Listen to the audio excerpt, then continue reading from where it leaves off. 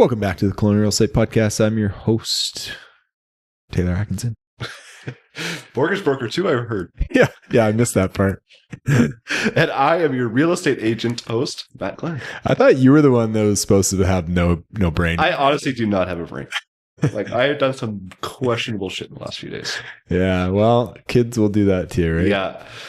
Yeah. Honestly, it's real. You get told about it, and then it happens, and it's real. Yeah. Well, only another 8 months, and then you'll be like in the toddler Next phase. Yeah, exactly. Yeah. How's everything outside of that? Honestly, like, it's awesome. Like, being a father to 2 kids has been awesome. It's been great, but like, my brain is slowly getting eaten away, it feels like, but it's been great. Work has been pretty good. Tariffs have sucked, honestly. Like, there's just hearing about this all the time. Like, I have showings booked. Like, I had a 4-plex for sale. Well, actually, half of it is still for sale. We had like showings booked, right? So we had 12 showings over the weekend. Tariffs get announced coming in again. Like, half the showings canceled. So we haven't talked about this at all. I've spoken to a couple other people, but I know you and I were like, and everyone was pumping busy through the winter, which was really strange. Yeah. Spring, I was prepared just to like, keep going. I thought it was going to be a crazy market. It has been much quieter. Like for it's market. Gotten pretty quiet. Like, super thankful. I still have quite a bit of stuff going on, but it has been like noticeably quieter. And it's just because the uncertainty. People don't know, are you going to buy a house and our economy collapses next month? Yeah. Right? Like, it's just like, there's not really a good answer for that because nobody knows. Yeah, I agree. It's not really the house price, what people were scared of before. Like, oh, am I going to buy at the peak or I want to buy at the bottom? Yeah. Now it's just like, am I going to have my job? Am I going to be able to? Are we going to be invaded in a couple of months? Like, there's so much uncertainty, and it's just hard when you're making the biggest decision of your life. Yeah. It sucks, and you can sympathize with it, but it's just kind of is what it is. So. Yeah, time will tell, I guess. In a few more weeks, maybe things will balance out. I'd say overall, I'm pretty optimistic about the future. It's just like, until we get some answers here. Yeah, I think right now. Tariffs too, like, they affect so many different things, right? So I have a friend who has a local tool business, Snap-on Truck. Nice. And I'm talking to him. He's like, yeah, so all of our tools are made in the U.S. Yeah. So it's like, okay. So I guess Snap-on is taking on the tariff for a while, but I don't know how long they can sustain that for. That's crazy. But you think about this for everything, right? There's things you don't even know. I just happen to know that because he's like one of my best friends. Yeah. So you think about the tariffs, and it's not just the 25% tariff. Like, you have all these trucks, like, for building material. If you're renovating your house or building a new house, all the materials, like, let's say all the faucets or whatever, are all from the US or whatever it is. So they've been getting shipped up for century, feels like.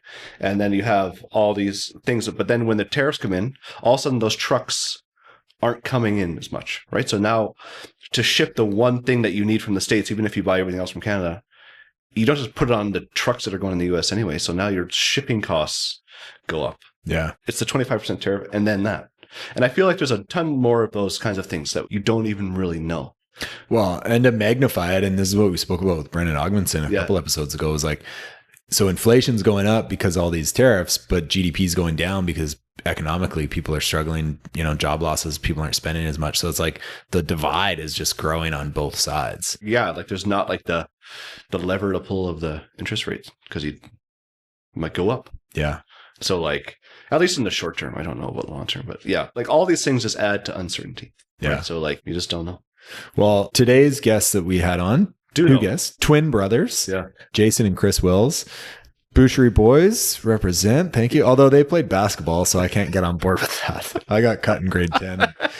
I'll never forget that. But awesome guys. Really enjoyed the chat with them. And, funny enough, like, we're talking about tariffs now, but they really started out venture commercial, which you guys will see their signs everywhere. They started that in COVID. So, we're talking about tough times right now and tariffs and uncertainty. Well, here's two guys that, started in a very difficult time, especially in the commercial market with leasing, and have been wildly successful. When you talk to them, like, they obviously know what's going on, right? They are extremely knowledgeable. Yeah. I knew they were brothers. I didn't know they were twins. Yeah. And then when they came and they looked the same, I was like, man, they must be close in age. Yeah. And it turns out it's like minutes. Yeah. Yeah, they were awesome. And like you said, I mean, they seem so passionate about the commercial side and like they're into leasing and sale purchasing side. Like it's a good combination, but like you really need to know how to structure leases or how to read them to set up the opportunity. Yeah. My other big takeaway on this is I need to get to the mall to get some outfits. Yes, you do. I can't believe we broke that news to you. I know. When did this come out? The Bay is closing. Like, screw tariffs. Like, this is more important to me. This is the only place I shop once every 4 years. I told Emily, I'm like, I can't shop at all now. Like, these are the clothes for the rest of my life. I hope you like the things I have because I'll never get new. Yeah, and she does not. So, but yeah, I think you guys are going to find a ton of value in this show. If you want to know, more about commercial stuff, reach out to them. They're a great resource. Also, apparently, really good basketball players. So, we'll see them on the courts. And this episode, like every episode, sponsored by Century 21 Assurance Realty, best brokerage in town. We are growing, building agents. So if you're an agent looking for a more cooperative brokerage or looking for some help, we're a great brokerage to talk about. Or if you're a buyer or a seller looking for an agent, give us a shout. Love to help you. All right. Enjoy the show. Okay. Welcome to the Kelowna Real Estate Podcast. Wills Brothers. How are you doing? Excellent. Fantastic. Yeah. Well, we normally like to start our show with like, hey, what's your perfect Friday look like? But since we have twin brothers here, we assume that answer may be similar, maybe different, but let's just start with like venture commercial. How'd you guys start, and tell us a bit of the background story? Yeah. Venture commercial was really started just more out of necessity. I've been in the industry for quite some time. Been fortunate to learn from a couple great mentors, including my father, and we had built a company up to something that was pretty cool in the Okanagan. We joined forces with a national brokerage for 4 years. And really at that point, I was really kind of yearning to have a bit of a brokerage and commercial real estate brokerage that was more approachable and had the opportunity to market the way that we wanted to and try to think outside the norms a little bit. And I felt their organization we were in a bit of a box. And quickest way for me to want to be inspired is it to be told no. And I love the opportunity to start something where we could actually be our own bosses. And if we had really cool ideas or we wanted to do certain drone elements or want to do that nobody could ever say no. And venture commercial was started in March 2020. Yeah, we really, really excited. What we learned was that we were very lucky to be in the Okanagan, and it really is about the relationships we have, not necessarily the business card, So when we decided to leave Colliers, we knew that we had a pretty good grasp on the relationships here in the Okanagan and kind of what propelled us to, I think, our success. Were you guys doing residential before as well, or was it always all commercial? No, always all commercial. Like our family's always been in commercial real estate. Our dad has worked for one of the largest developers in the Okanagan. Prior to that, he helped redevelop Gastown down in Vancouver. So commercial real estate's really in our blood. As far as we can remember, our first jobs were power washing strip centers in Langley. So to be honest, we've been doing it for a really long time. I wouldn't know how to sell residential for the life of me. We didn't even know where to start. March 2020 is a funny, great time to start for you guys. Yeah, pretty difficult actually. Yeah. Probably the most difficult month in history to start in. Yeah, at that time, no one knew, kind of had the crystal ball of what was about to happen. However, we left the week of the mandatory shutdown, and we laugh and joke, but the reality was we leased an office space. We were sitting there putting furniture together, and as of Monday, the mandatory shutdown hit, and our world's changed. It really turned from us building our business to supporting our clients and having a lot of conversations with landlords and with tenants of how to navigate through the COVID crisis. So, right, gives you some credibility too, going through it yourself. Yeah, I think it keeps you honest, to be quite honest with you. I like the adversity. I think that, no matter where venture commercial goes and success that either we see or the people that we work with see, there's the humbleness, the grassroots, and the way that it started. And a lot of it was just basically building a website, ourselves, or coming up with some marketing initiatives and drone footage or gimbal footage all ourselves. Yeah. I do look back and I'm kind of fond of those days because it was like, okay, you either, lie down and you just give up, or you say, not today. And if I had maybe 20 or 25 active deals, I think I lost half of them within 1 week. You probably had some experience. It didn't even really matter if they were binding or not. If people said, I'm not moving forward with this, nobody knew what that world looked like as far as what can we enforce? Is there any penalty? Or it was a really weird time. Yeah. So what's your brokerage like now? Is like, how is it set up? You have a managing broker? Are any of you guys managing broker or? No. So we have a managing broker. We've got actually our executive assistants working to get her managing brokers. So we'll have 2 managing brokers by the end of the year. Nice. We have 8 full-time active commercial agents in-house. So they're all dedicated only to commercial real estate. Yeah. So with venture commercial, we only do commercial real estate. We stay exactly in our lane. We actually don't even sell businesses. We really try to stay with what we do really well and what we're passionate about. Nice. We've got an office down on Bernard. We've got 2 full-time support staff. And we do have a couple people might be joining as well on the brokerage side. So, yeah. Cool. Like I see your signs everywhere, which is like kudos to you guys. A lot of them are leasing signs. Can you tell us about the business model, like percentage wise or just high level, how much leasing you guys do and how much in sales? Like, how's that split up? Yeah, we've been asked that a lot lately. I have a passion for leasing, but it's not the only thing we do. In Kelowna particularly, I see there's a lot more opportunity for leasing when you're an active agent, where in Vancouver, you might see a little bit more. Major markets, you might see a little bit more of a balance. Our brokerage in the last 2 years have done about 60% leasing to 40% sales. That's changing with some of our brokers. Some of our brokers are staying a little bit more in certain wheelhouses as far as investment. But I'm not going to lie, like some of my top tier clients own major strip centers that I've been fortunate to represent for 17, 18 years. I'm a sucker for it, but I love it more than anything. So I think a lot of that signage you'll see, if they're commercial properties, they're a little bit more, high exposure. You do get to see them a little bit more often. Yeah, and I think within the Okanagan, being in the valley we're in, it's hard to specialize in one asset class or into sales and or leasing. The reality is we really pride ourselves on servicing our clients, and I think that's why we've had success. But that also comes with some of the smallest, lease deals that can turn into some of the largest sales, right? You never know where the business comes from. So we're very fortunate to have clients that trust us on both leases and sales side of it. And naturally it works for us when, in fact, we always like to say there's no deal too small, and knowing that small group who might just be open, a software company could turn into buying a whole block down in, a major city. So. Yeah. Can you kind of highlight a little bit triple net lease, gross lease? Like obviously a lot of, landlords that are in the residential space really love the commercial space because, BC Tenancy Act is kind of handcuffing us. Why is it so beneficial in the commercial space? Like how does that look for a lease? Well, yeah, you raise a great point. And I guess going back a step in commercial real estate, you can either own the buildings, you can lease the buildings. As a commercial agent, you can make money doing both, which is nice. I'm fortunate to own both residential and commercial properties, and I absolutely steer towards being a commercial landlord over residential landlord, just because you can get 2 parties that can agree on pretty much any terms. There's no tenancy act that's governed to exactly the way that deposits are held or terms can be terminated or possession dates. Everything is pretty fluid depending on what a commercial lease looks like and who is negotiating on both sides. So really, when you're a commercial landlord, you have a lot more say in the way that you want to deal with your buildings, dictate how things are being ran, deposits that you can be held, monthly rents or annual rents increases. They're not governed or capped. That's all fair market. A commercial landlord has the option of just doing a gross lease, which is fine.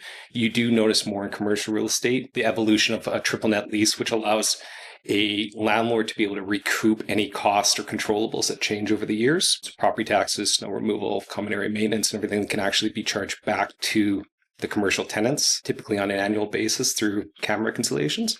So being a commercial landlord is, in my opinion, a very good thing to be. Yeah, I think to oversimplify, the residential is governed by the Residential Tenancy Act, whereas the commercial transaction is governed by the lease. And the lease can differ from any type of landlord or developer. Awesome. So are you involved every year with a renegotiation of the lease, or are you just... It depends. Yeah. And typically a term will be set between 3, 5, 4 years. It doesn't really matter. It depends what the 2 parties agree on. Yeah.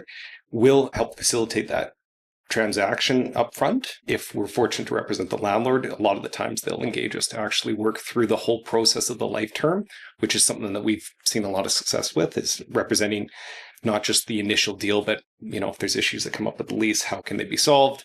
What do renewal terms look like? Extensions, approvals, process throughout the whole term. We can be part of that whole process. We can talk about like opportunities in the market in a second. I guess this would be a good segue, but do you see a lot of the opportunities in the lease? Like when you're going to analyze to list a building, or I guess to buy, either end, do you look at it and go, okay, well, they're on a gross lease. If we were able to switch this over to a triple net, there would be a value add there? Because I have commercial as well, and it has been more difficult to switch tenants over to a triple net.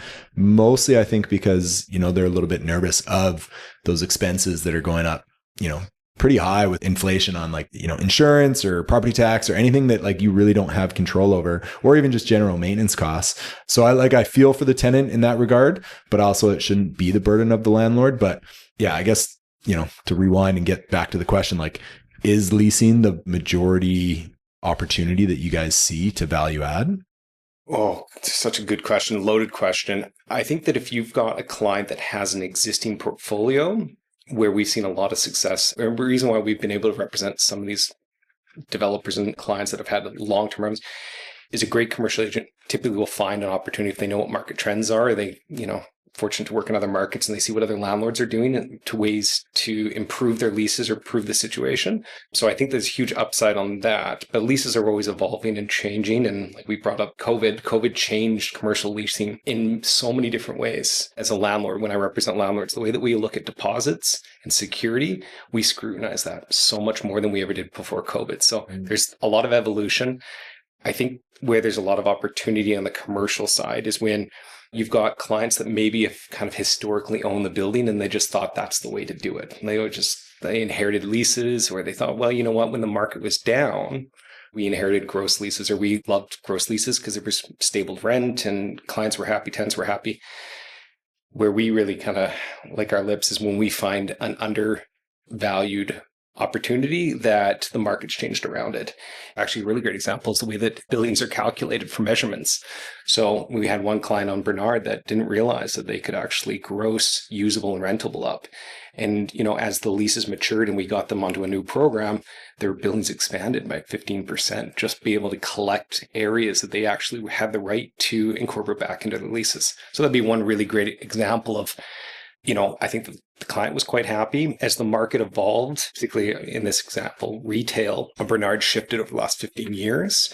So all of a sudden you got a lot more national tenants actually wanting to be downtown. So they brought that sophistication of what they'd expect from other markets. So there was an evolution in the way that commercial real estate grew. And if you're able to find clients and manage portfolios that have done it historically an older way, that's where we get to create a lot more value, which is the kind of stuff we really love to do.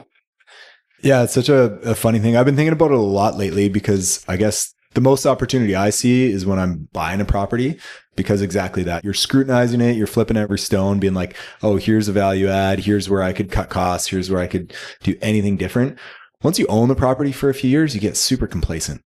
So do you guys generally Matt did ask kind of the annual renegotiation, but do you guys have any kind of offer in terms of we'll just do a review and tell you where the value add is, and then absolutely, yeah. And that's mostly our bread and butter, is just having discussions with owners and seeing what our opinion is to how to increase value and or attractiveness to the building. I think one of the big ones, when we talk about different asset classes, there really are 5 families that own a lot of the land mass here. So when we're looking at other opportunities, as the valley has grown, places where traditionally it may have been industrial sections that now all of a sudden have a large residential components built around it. How can we convert those? Looking at those leases and saying, hey, what if we were to demise these areas here in industrial, for instance, we are able to build mezzanines, and that's something that we've seen a huge trend on moving in the Okanagan. Is the cost of land is expensive, the cost of construction is expensive, and landlords want to maximize the amount of buildable area they can have.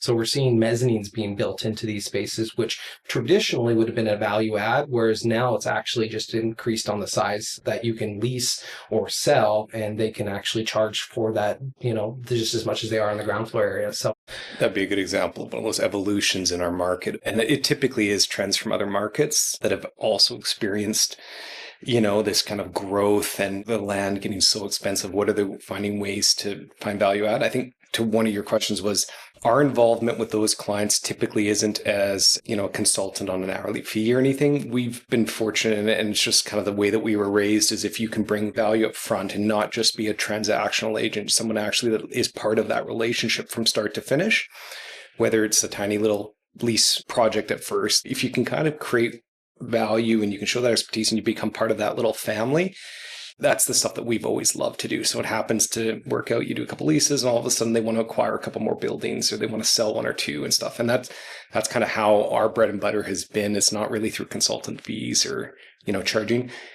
And quite honestly, the developer and the investor also has to buy into a little bit of the value add that we have. We have lots of clients that say, we're good. We don't care how other people do it. This is the way we've done it.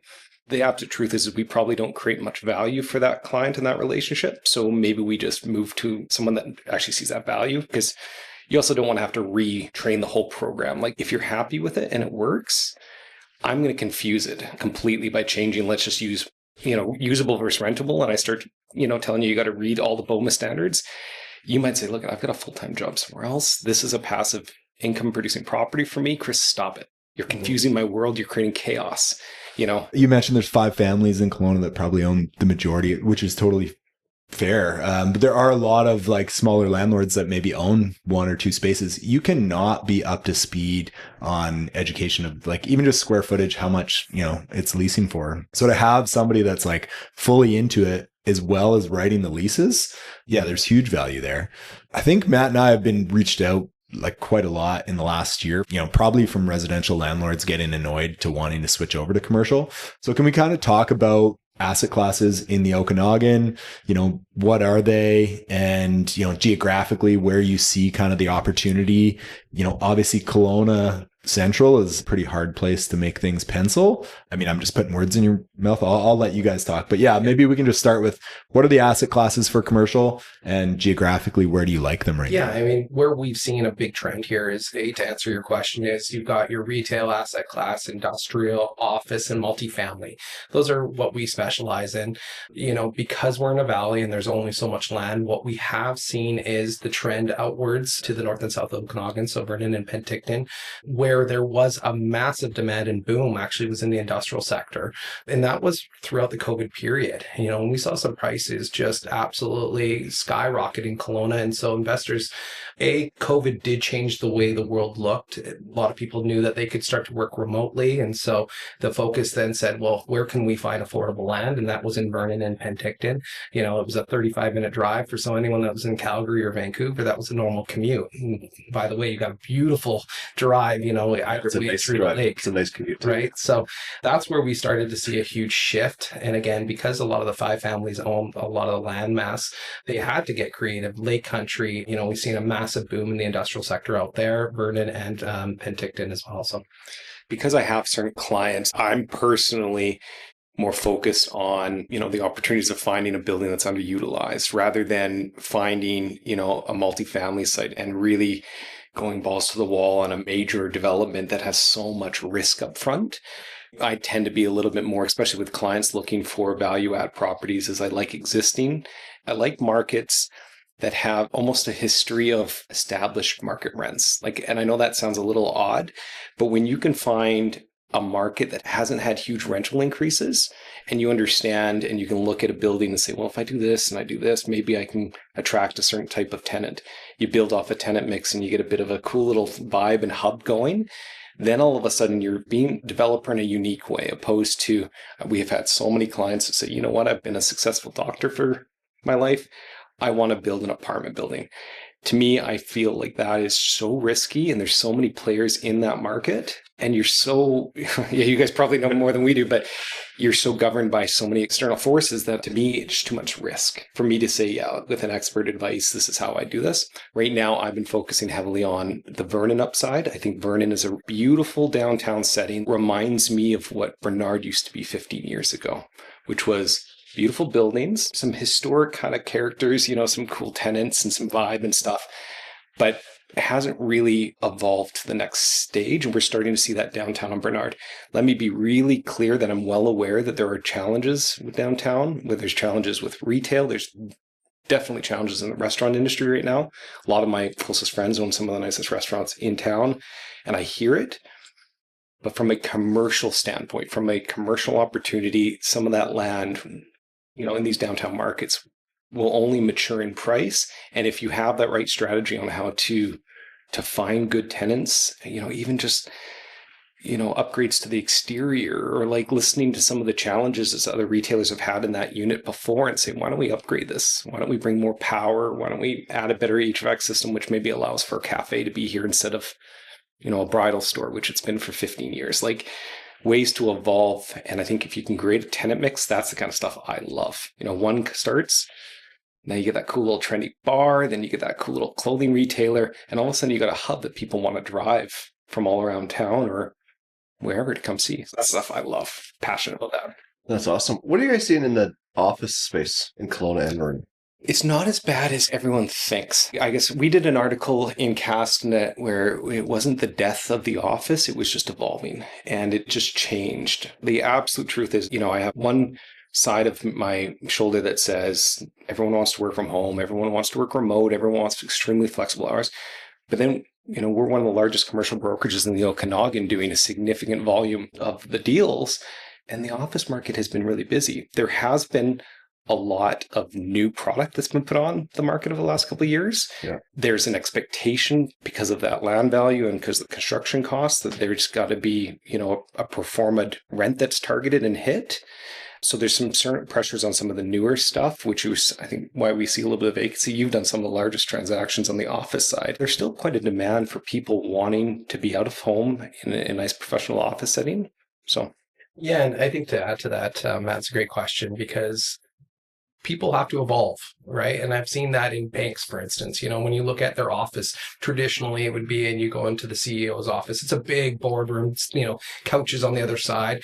They have adapted, they have changed, and they've gone lean and mean, which is just fine. I mean, a lot of the other things, as Chris alluded to, one of the larger deals we did was converting an entire floor with a patio to a daycare facility. So, having to evolve, get creative on those types of deals are helping in that office asset class. Awesome. The bay closing at the mall, like what is that going to do to like the Kelowna ecosystem? This is a really interesting one, to be quite frank. Yes, it's a big hit.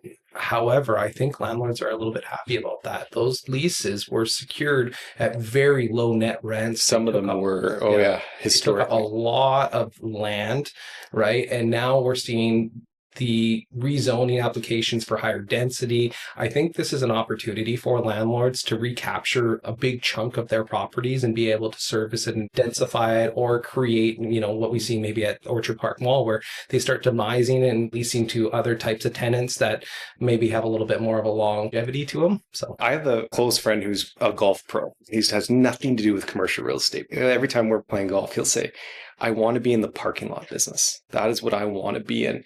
And I know we're kind of dodging because there's some sensitivity to the Hudson Bay stuff.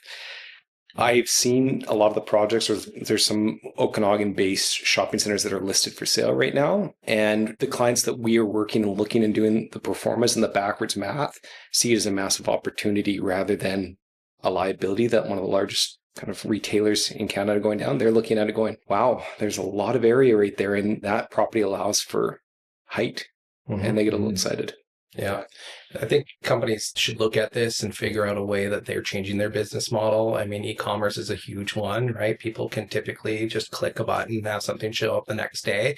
And I think this is going to be a kind of a rude awakening for those large big box shops to sit there and figure out how can we get this to a point where we can still make a profit. See, we can talk about this for hours. Like, we just get excited about it. But that's the interesting thing about being in our industry. And I don't want to, my wife is a residential realtor. Like, there's so much value in what that side does. In commercial, for us, you have an opportunity to almost learn a lot about how businesses operate. And you have to start to understand that in your asset class that you particularly stay with to say, okay, how have things evolved, and trying to be above and beyond that. Like, if Jay is really understanding 40% mezzanine gross ups, like, he has to understand what that means, on both sides of his clients that own the property, but also the tenant, what the impact might have, what can you do. For me, retail, like, which I just love, it's not the only asset class I do, I just happen to have a passion for it. You start to learn how businesses evolve, and you start seeing, for the most part, like an example, you don't see 8,000 square foot restaurants anymore. COVID changed that, right? My best friend owns one of the largest franchises in Canada. We sat on the beach during COVID and we talked about ghost kitchens, and we talked about what skip meant. Did we like skip? Did we hate skip? The way Skip the dishes. Just yeah, the way that we had to start to evolve, because historically you just did 120 chop leaf locations. You can just bread and butter. You knew exactly where it was, what you needed, parking ratio, tenant mix.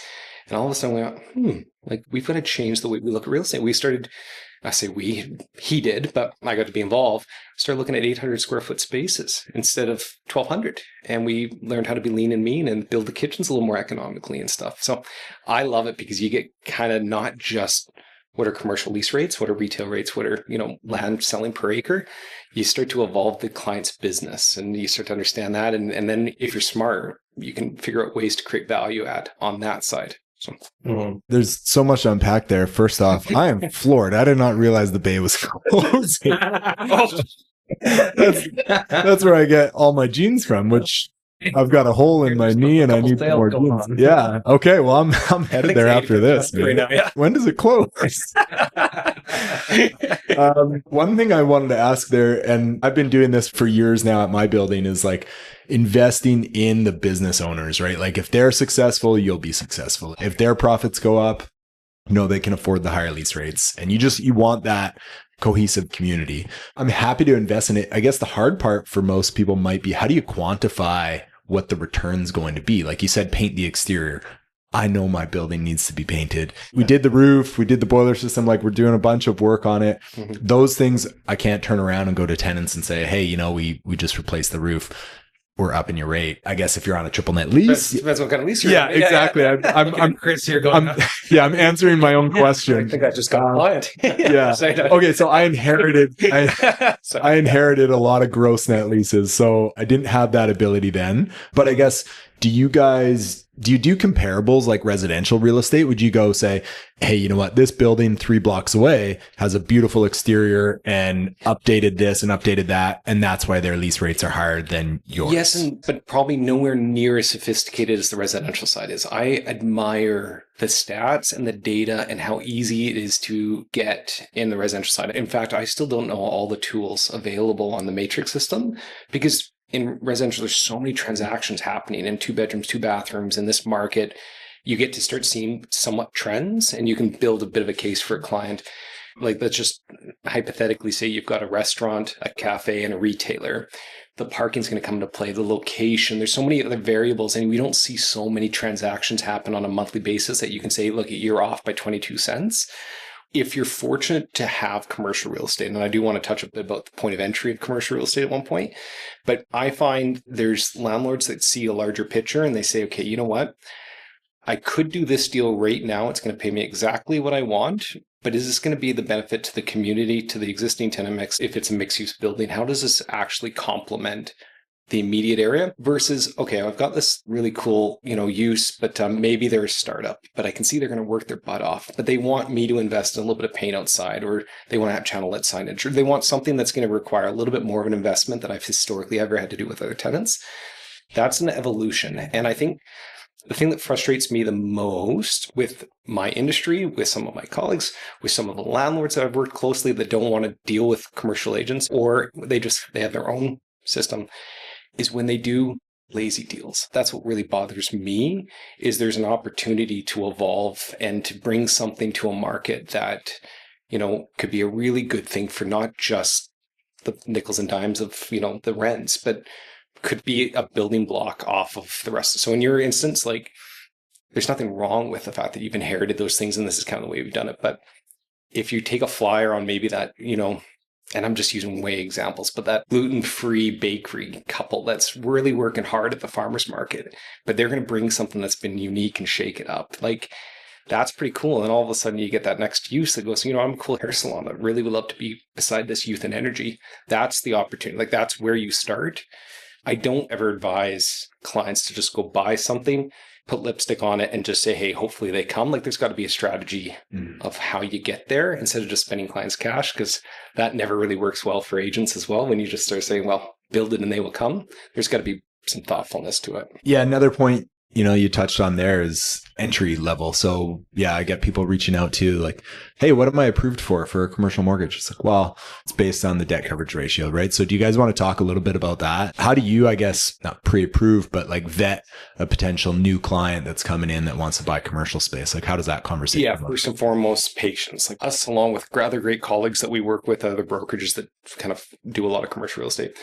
There's no such thing as a quick, fast, easy, brainless transaction. I think that you have to understand the client a little bit about what their risk tolerance is, because, capitalization rates and some other things, there is risk in any type of commercial real estate or any type of real estate in general. I think patience, and I think that your point of entry is difficult in the Okanagan. Quite frankly, it's not cheap to get into commercial real estate. You don't commonly find a $200,000 little tiny office strata unit. That's very, very rare.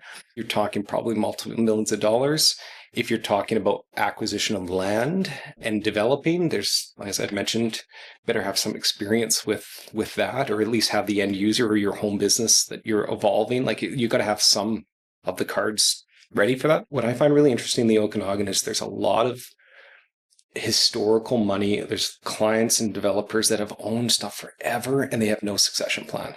So for me, I was starting to kind of think like, what would be ways that I would encourage people to get into commercial real estate that have no experience whatsoever in it? And unless your family's given you a building, which congratulations, that's awesome, but it doesn't happen a whole lot. I think there's a lot of clients out there that are starving for a mentor or for a mentee, like something to say, hey, like, I built this. I worked my butt off since the 60s, 70s, 80s. I went through crazy times. I went through COVID all by myself, and now I have no legacy. And I think you'd be surprised on how many developers are out there that if somebody wanted to get into the industry and learn and really work, there would be kind of a unique approach into that. So I know that's a little holistic, but I've got several clients that don't have any succession plans, and they just loved commercial real estate, and they just loved developing, and they loved, owning those buildings. I'm surprised that they don't have somebody that's just ready to take them over. So I'd ask a lot of questions out there if I was just somebody wanting to get into commercial real estate, maybe an uncle or neighbor or something like that. Yeah, and I think maybe if I could add to that, Taylor, because it's a great question again. And the first thing I'm going to ask that client is, are you an owner occupier or are you an investor? That is going to let me understand their risk profile. And then I'm going to say, for instance, as an investor, we're going to do a deep dive into the leases. We're going to say, what income are you buying? And where's the upside? Where can we create value? What are the limitations of that lease that you need to be aware of moving forward before you sign on the dotted line? Because, for instance, there might be a fantastic tenant in place, and they might have 15 lease renewals that, have already identified those lease rates. Well, then you need to put that in your pro forma and understand that this is the max income that you're going to get, versus somewhere where it's, hey, we got a couple year leases in here, but they're incredibly under market. They have no renewal periods. And here's the opportunity for us. Oh, by the way, realize that, I would advise that this, maybe you do want to do a little bit of a building upgrade here. I might have someone in my back pocket who would be a perfect tenant looking for that space, but we need to do X, Y, and Z to get you there. But that's the value add that we provide to, I'd say, an investor buyer. If it's somebody who's an owner occupier, that's pretty simple. But what I would say is, if you want to become an owner occupier, you may want to look at building a larger facility that we could then tenant, and you can become a landlord as well. Use portion of that as in your investment. So, if you're going to be building something, you might as well build it to its max potential than just what you need. And who knows, you either lease that space out or your business then grows into it. So Jay's answer is better than mine.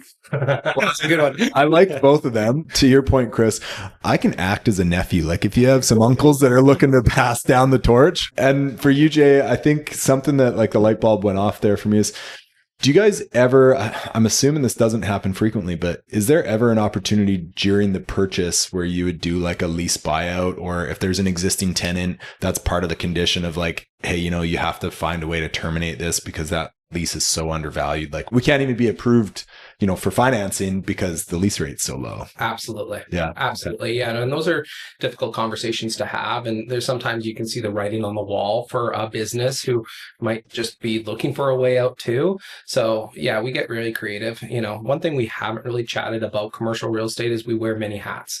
Anyone that's looking to get into this business, it's really challenging. It's not as simple as finishing your solder school business degree and then walking in.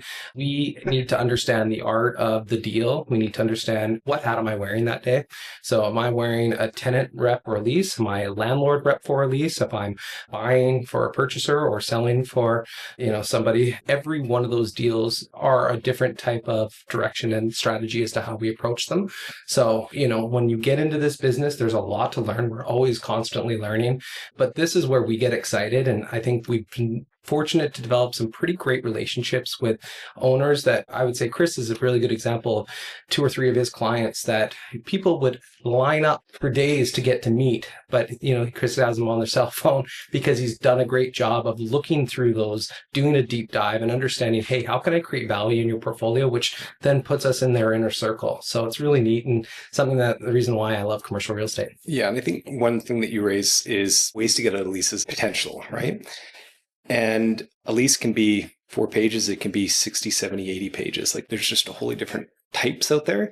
What I do love about it is that leases are pretty enforceable though. Like they're not easy to get out of. There's ones that are a little bit easier than others, but there's always unique clauses. And, when we talk about bringing on new licensees, we're like, you're not going and you're not like swinging for the fences for the home runs with the big, $30, $40 million land transactions. You do need to understand commercial leases, even if that's below you and you don't want to. Like we wouldn't bring them on in our brokerage if that was below them, to be quite honest with you. You have to understand what you're selling. And what's happened really cool is when I was, kind of a baby in this industry, I did tiny little leases, but you kind of learn this huge repertoire of like, oh, like that's an interesting clause. That's an interesting clause. I wonder how I can use that for landlords or for tenants. And, we've come across portfolios for sale where we question if the leases were read, because if they were read, you realize that what they've been valued at, you can't make those numbers make sense. Like I saw one portfolio sale where it was promoting the fact that you could build on kind of vacant land, but that national anchor had a no build on all of its parking. And, you have to understand that kind of stuff. And I think that a really great landlord understands the intricacies of tiny little leases, because that's kind of, the building blocks of most of commercial real estate. There are other asset classes, don't get me wrong, that, multifamily, if you're just selling land and all of those things, but where we nerd out is kind of the small little details. Is there any class, we kind of spoke about opportunities. Is there any class that you feel is saturated right now? I'll go first. I think multifamily. Probably why we haven't brought it up. Yeah. Okay. Yeah. Specific to the Okanagan right now, I feel there's a lot of units coming online. We just had a podcast with Jeff Hancock and we kind of disclosed that, but yeah, any other like commercial asset class that you're like, this has had like a pretty good runway for the last couple of years, but I feel, lease per square foot. Well, let Jay speak to what he's naturally. I would say I've met a lot of really smart developers, people that have dealt with huge portfolios in other markets, come to Kelowna saying, I'm going to apply my secret sauce to the Okanagan. And I think they quickly realized that, those 5 or 6 families that we were talking about have a very good staple and kind of a grapple on what happens in this market. Like to answer your specific question, I wouldn't be building an office building. If I had, $50 million, understanding this market, I would know that there's some pretty big developers that are in that game. And I don't think that I'd want to go head to head with them, because I think that historically they've owned that land since the 50s and 60s. They've built construction companies that can facilitate those builds and the tenant improvements and everything involved. I think I'd stay away from office 100%. I think Jay's probably got more of a natural, easier answer, or what asset class to stay away from right now. Yeah, I love industrial. That's my world. And I would say that the market is going to be completely oversaturated with small bay industrial coming in the next 2 to 3 years. About 5 years ago, there was a massive demand and there was a lot of success on Airport Business Park being converted from gravel lot subdivided to 1 acre parcels that had built small bay industrial on it. And I know of at least 3 other projects have now put that on hold. It's really slowed down in terms of the demand for small bay. One thing I will add to that too, when we talk about value add, is about 7 years ago, a developer came out of Vancouver and they started creating these small bay industrials with 40% mezzanine, which they charged on. This was fantastic. It really kind of caught wind of all the other developers. And now that is essentially how you build these. They're cookie cuttered to be the exact same product. And what we're seeing from the feedback from the market is we don't want mezzanines. We want 4 walls where we can operate high racking, warehouse logistical services versus having a mezzanine, which most of the time just compiles tires and poker room, poker room sets. There's so many poker rooms. All Scotch bars that nobody drinks in. Yeah. I love that. Yeah. Thank you for the authenticity. There's probably a lot of empty spaces that are costing money and people are losing money in them playing poker. But yeah. Before we kind of just wrap this up, is there anything you wanted to touch on that we haven't led the conversation to? I'm really excited for, as Jay alluded to, the north and south Okanagan. I think that major developers have been focusing really hard on Kelowna. And I think that, as far as an opportunity for somebody that's getting new into commercial real estate as an investment, I think there's got to be a little bit more risk tolerance, but a little bit more of an opportunity to look into, say, West Kelowna, which is already probably missed. Penticton, which is kind of now saturated as far as lots of interest. I think Penticton, it's already evolving, but I think that, you're starting to see a lot more multifamily down there. When residential typically comes is when the commercial seems to benefit. As I mentioned, I love Vernon, to be quite honest with you. I don't know why I'm, walking through your listing. I love that building. I think there's so much cool upside and potential. So I would say that I'm really excited about the Okanagan in general. There's some pretty cool things I still think that could be done. We're really fortunate to be here. And I mean, the Okanagan is a little bit of a bubble, and we're really fortunate to be here and to be a part of this community because it's somewhere everyone wants to be. And I think the sky's the limit for us. Yeah, I mean, you guys it's cool. You get to kind of shape the culture a little bit, right? Of like the type of tenant class and like who's, yeah. Can you tell my wife that? I'll drive by and say, hey, look at that. And she goes, I don't care. And every day's new, which is really cool. You get somebody that calls and says, I've got this really cool concept and I'm hoping you can help me. And then all of a sudden that kind of takes foot and plans and stuff. So I do love the fact that we can drive down and my daughters will say, hey, you did that deal. Or, hey, I know you've been trying to get them to come to Kelowna. By the way, Olive Garden's not coming to Kelowna. We've tried a trillion times. No, it's like, I laugh. That's the one that everyone's IKEA. I mean, everyone tries to get an Olive Garden shop. Yes. But it is cool. We've tried it a trillion times at Topgolf. Yeah, and the brand out of Alberta too. Yeah. We don't have the land. That's the problem. We start to look at the ALC and agricultural land, and again, there's only so much land. Couple goats out in the field, and yeah, they caught on to that actually. Yeah, you can't sell llama wool and call it a new. Jay and I are a sucker for traveling and hitting every Topgolf weekend. Yeah, I love it. I know. I guess also weather a bit tougher here. Yeah, just picking up the golf balls and 6 inches of snow might be a little. Trust us, I've worked with quite a few people looking to bring those brands here. It's a bit of a challenge. Yeah, I can imagine.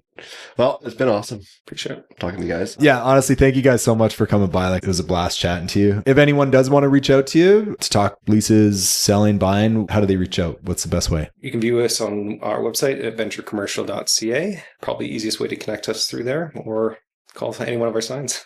Yeah, no kid. Like every second block as I'm driving. That sounded rude. I didn't mean for that to come off. I just no, man. You guys are everywhere. I love it. So thanks again for coming on. Really appreciate it. Thanks so much, Jenny. Thanks.